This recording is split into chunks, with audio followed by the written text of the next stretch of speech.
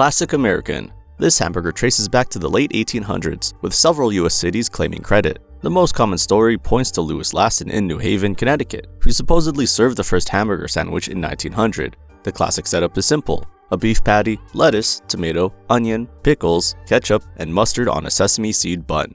White Castle standardized it in 1921 by creating the first hamburger chain, making burgers thin and square to cook faster.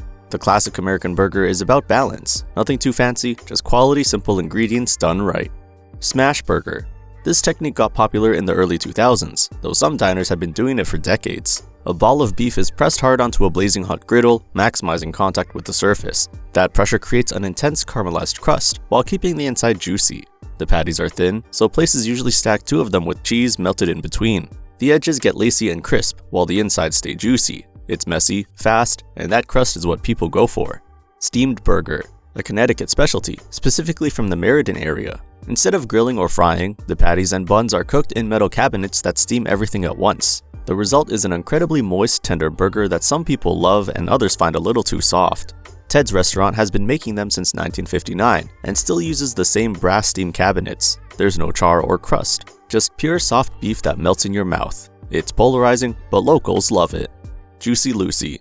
2 Minneapolis bars, Matt's Bar and the 5-8 Club, both claim they invented this in the 1950s. The concept is to take 2 thin beef patties, put a thick slab of American cheese in the middle, seal the edges, and cook it so the cheese melts into a molten core. When you bite in, the cheese explodes out, so you have to wait a few minutes or you'll burn your mouth. Matt's spells it Juicy Lucy without the I, supposedly because of a misspelling that stuck. Slider. White Castle popularized these in 1921. Though the term slider came later, supposedly because they're so small and greasy they slide right down. The patties are thin, usually cooked on a bed of onions, and served on tiny square buns. The original idea was to make burgers cheap and fast, 5 cents each during the Great Depression. Now sliders are everywhere, from fancy restaurants serving gourmet mini burgers to late-night diners. Patty melt. This showed up in American diners sometime in the 1940s, though its exact origin is unclear. Instead of a traditional bun, you use rye bread grilled with butter, like a grilled cheese sandwich. The patty goes between 2 slices with caramelized onions and Swiss or American cheese. Then the whole thing gets pressed on a griddle until the bread is golden and crispy. It's often described as a hybrid of a cheeseburger and a grilled cheese. Some places add Thousand Island dressing or special sauce to make it even richer. Green chile burger, a New Mexico creation that's become the state's signature burger. After New Mexico started cultivating hatch green chilies in the early 1900s, it was only a matter of time before someone threw them on a burger. The chilies are roasted, peeled, and either chopped or laid whole on top of a beef patty with cheese. The heat level depends on the chili. Some are mild and smoky, others will make you sweat. Green chili burgers have a perfect smoky, earthy flavor that regular burgers can't match. Butter burger, Wisconsin's gift to the burger world. Instead of just cooking the patty in butter, which a lot of places do, a true butter burger gets an extra pat of butter placed directly on top of the patty right before serving. Or the bun is heavily buttered and toasted. Culver's made this style famous when they opened in 1984, though Wisconsin diners had been doing it long before that.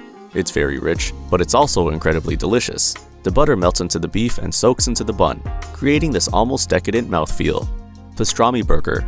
Born in Los Angeles in the mid-20th century, likely when Jewish delis began blending deli traditions with classic diner food. The formula is a beef patty piled high with hot pastrami, Swiss cheese, mustard, and pickles. Some versions add coleslaw or Russian dressing. It's salty, smoky, and aggressively savory. Loco moco, a Hawaiian dish that was invented in 1949 at a restaurant in Hilo when some teenagers asked for something cheap, tasty, and different from a typical sandwich. The cook threw together white rice, a hamburger patty, brown gravy, and a fried egg on top.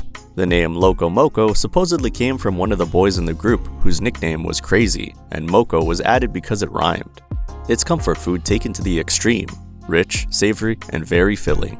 Frita, a Cuban burger that came to Florida with Cuban immigrants in the 1960s. The patty is made with ground beef mixed with chorizo and spices, giving it a spicy, smoky flavor that regular burgers don't have. It's topped with shoestring potato sticks, onions, ketchup, and mustard, all on a soft Cuban bread bun. The potato sticks adds a crunch to every bite. In Miami, Fritas are everywhere, and people argue over who makes the best one. Slug burger, a Depression-era burger from Mississippi where meat was expensive, so cooks stretched the beef by mixing it with cheaper ingredients like soybeans, cornmeal, or flour. The slug part comes from the fact that these burgers originally cost a slug, a fake coin used during the Depression. The patty is deep fried instead of grilled, giving it a crispy exterior. It doesn't taste like a normal burger, but it has a crispy exterior and a loyal following at places like Week's restaurant in Mississippi. Aussie Burger.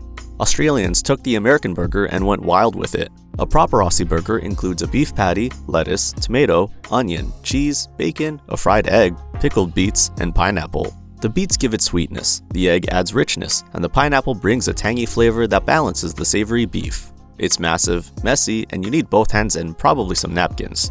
Australians have been eating them this way since at least the 1940s.